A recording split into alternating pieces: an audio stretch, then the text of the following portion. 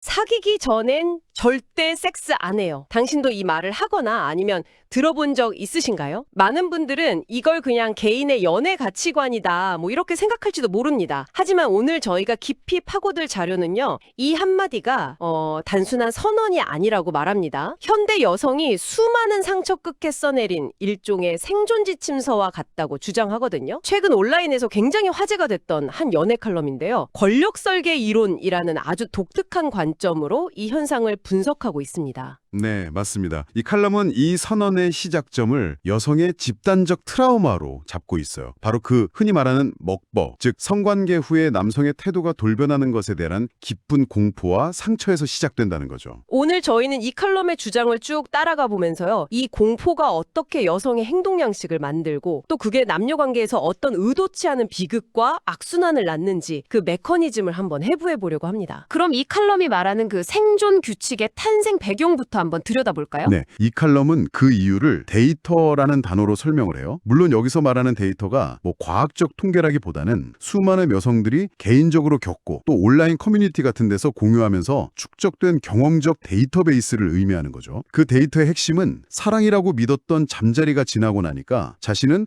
그저 상대의 성욕 해소용으로 소비되었다는 끔찍한 자괴감을 느꼈던 경험들입니다. 소비되었다는 표현이 정말 날카롭네요. 관계가 아니라 일방적인 행위였다는 걸 깨닫는 그 순간의 충격이 담겨 있는 것 같아요. 바로 그겁니다. 그 충격과 상처가 계속 쌓여서 하나의 결론에 도달했다는 거예요. 관계를 책임지겠다는 최소한의 약속, 즉 사귀자는 고백을 담보로 받기 전까지는 다시는 마음과 몸을 열지 않겠다. 이런 강력한 결심으로 이어진다는 분석입니다. 일종의 위험 회피 전략인 셈이죠. 근데 여기서 질문이 하나 생기는데요. 물론 그런 아픈 경험을 한 분들도 많지만 그냥 원래부터 혼전 순결을 지키거나 관계에 신중한 가치관을 가진 사람들도 분명히 있지 않습니까? 이 칼럼은 그런 개인의 신념까지 전부 트라우마의 발현이라고 보는 건가요? 그건 좀 지나친 일반화 아닐까요? 아주 좋은 지적이십니다. 그리고 그 부분에 대해 이렇게 설명을 해요. 개인의 신념과 트라우마가 완전히 분리된 게 아니라고요. 설령 개인이 그걸 자신의 가치관이라고 인지하더라도 그런 가치관이 현대사회에서 더 강화되고 지지받는 이유가 있다는 거죠. 이유가 있다. 네, 소위 쿨하게 관계를 가졌다가 상처 입는 여성들의 사례가 너무나 많기 때문이라는 겁니다. 즉, 내숭 떤다는 비난을 감수하면서까지 이 규칙을 고수하는 게 결국 가장 안전한 전략이라는 일종의 사회적 학습 효과가 작용한다는 거죠.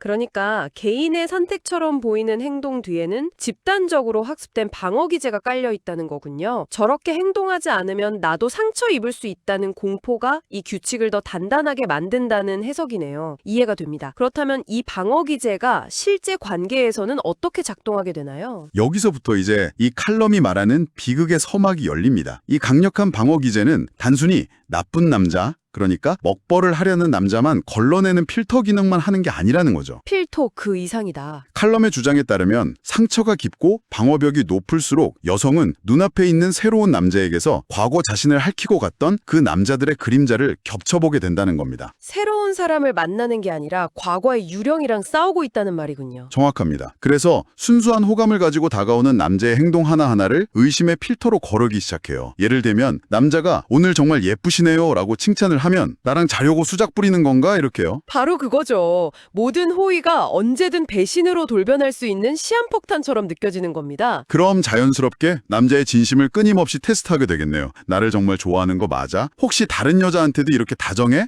이런 질문들을 던지면서요. 상대방 입장에서는 영문도 모르고 계속 시험대에 오르는 기분이겠어요. 맞습니다. 여성 입장에서는 생존을 위한 최소한의 안전장치지만 상대 남성 입장에서는 자신을 잠재적 가해자로 취급하는 불신으로 느껴질 수밖에 없죠. 여성은 과거의 상처로부터 현재의 자신을 보호하려 하는데 그 과정에서 현재의 관계에 균열을 만들게 되는 아이러니가 발생하는 겁니다. 이 지점이 이 칼럼이 지적하는 첫 번째 어긋남입니다. 자, 그런데 이 칼럼에서 가장 도발적이고 논쟁적인 부분은 바로 다음인 것 같습니다. 여성들이 그토록 원한다는 소위 고가치 남성들이 이 높은 방어벽을 보고 어떻게 반응하는지에 대한 분석이죠. 네, 여기가 이 칼럼의 하이라이트라고 할 수 있습니다. 칼럼은 이런 남성들이 여성의 높은 방어벽을 볼 때 거의 동시에 두 가지의 모순된 생각을 한다고 분석해요. 두 가지요? 첫 번째는 긍정적인 신호로 읽는다는 겁니다. 아, 이 여자 아무한테나 쉽게 마음을 열지 않는구나. 가벼운 여자가 아니라서 좋네. 라면서 일종의 안도감을 느낀다는 거죠. 일단은 문란하지 않다는 증거로 받아들이니까 거기까진 긍정적이네요. 그런데 두 번째 생각이 모순적이라고 하셨죠? 안도감을 느끼는 동시에 그들은 그 방어벽의 기원을 추리하기 시작한다는 겁니다.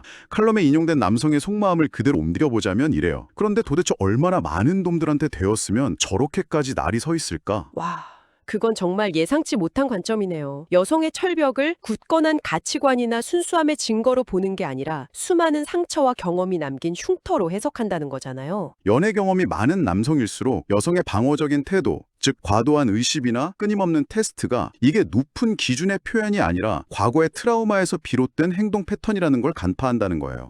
여성은 자신을 지키는 갑옷이라고 생각했지만 남성의 눈에는 과거 전쟁터에서 입은 수많은 상처 자국으로 보인다는 거죠. 잠깐만요. 그건 너무 남성 중심적인, 심하게 말하면 좀 오만한 해석 아닌가요? 여성의 행동 원인을 멋대로 과거 남자들 때문이라고 재단해버리는 거잖아요. 그냥 정말로 그 사람의 가치관이 신중한 것일 수도 있는데 그걸 상처가 많아서 저래라고 바로 연결짓는 건 이건 좀 비하기 심한 것 같은데요? 그 지점이 바로 이 칼럼이 비판받을 수 있는 지점이고 동시에 이 칼럼이 주장하는 가장 냉혹한 현실이기도 합니다. 물론 모든 남자가 그렇게 생각하는 건 아니겠죠. 하지만 이 칼럼이 고가치 남성이라고 규정하는 집단, 즉 연애 시장에서 선택권이 넓고 경험이 많은 남성들은 그런 패턴 인식에 매우 능숙하다고 주장합니다. 그들은 여성의 불안과 방어 기제를 통해서 그 여성의 연애사를 유추하고 다음 단계의 계산을 시작한다는 거죠. 계산이라는 단어를 쓰시니 드디어 그 악명 높은 단어가 나올 때가 된 것 같네요. 바로 가성비 말이죠. 네, 이 분석이 제시하는 가장 차갑고 비극적인 결론에 도달합니다. 여성들이 저는 진지한 만남을 원해요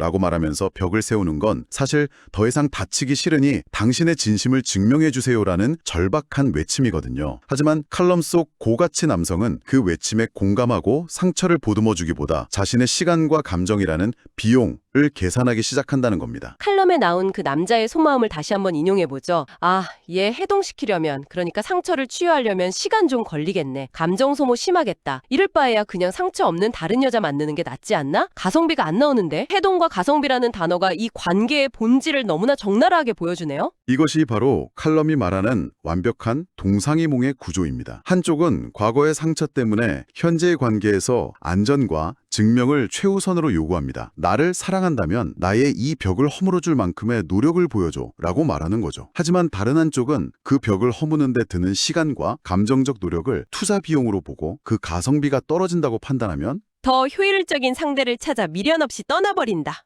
네, 바로 그거죠. 정말 씁쓸하네요. 솔직히 연애관계에 가성비라는 단어를 쓰는 것 자체가 좀 거부감이 드는데 이 칼럼은 그게 현실이라고 말하는 거군요. 여성의 생존 전략이 남성에게는 그저 하나의 거래 조건으로 인식되는 셈이네요. 칼럼의 논리를 따르자면 그렇습니다. 여성은 자신의 상처를 이해하고 보듬어줄 진짜 어른을 원하지만 역설적으로 그녀가 원하는 바로 그 매력적인 남자는 상처를 치유해주는 역할보다 상처가 없어서 해동시킬 필요가 없는 상대를 더 선호한다는 것. 이 치명적인 어긋남이 바로 현대 연애가 서로에게 비극이 된 결정적인 이유라고 이 칼럼은 분석하고 있습니다. 이 칼럼은 아마도 연애 시장의 가장 혼란스럽고 갈등이 첨예한 지점에 현미경을 들이댄 것일 수 있습니다. 모든 관계가 이렇지는 않겠지만 왜 수많은 사람들이 연애의 피로감을 느끼고 상처받는지를 설명하는 데 있어서는 상당히 설득력 있는 모델을 제시하고 있는 거죠. 한쪽은 생존의 문제고 다른 한쪽은 효율성의 문제. 애초에 서로 다른 언어로 대화하고 있는 셈입니다. 사귀기 전엔 안 잔다는 한 문장에서 시작해서 여성의 집단적 트라우마, 생존을 위한 방어 기제, 그리고 그 벽을 흉터로 해석하고 가성비를 계산하는 남성의 냉정한 시선까지 오늘 우리가 함께 들여다보니 칼럼은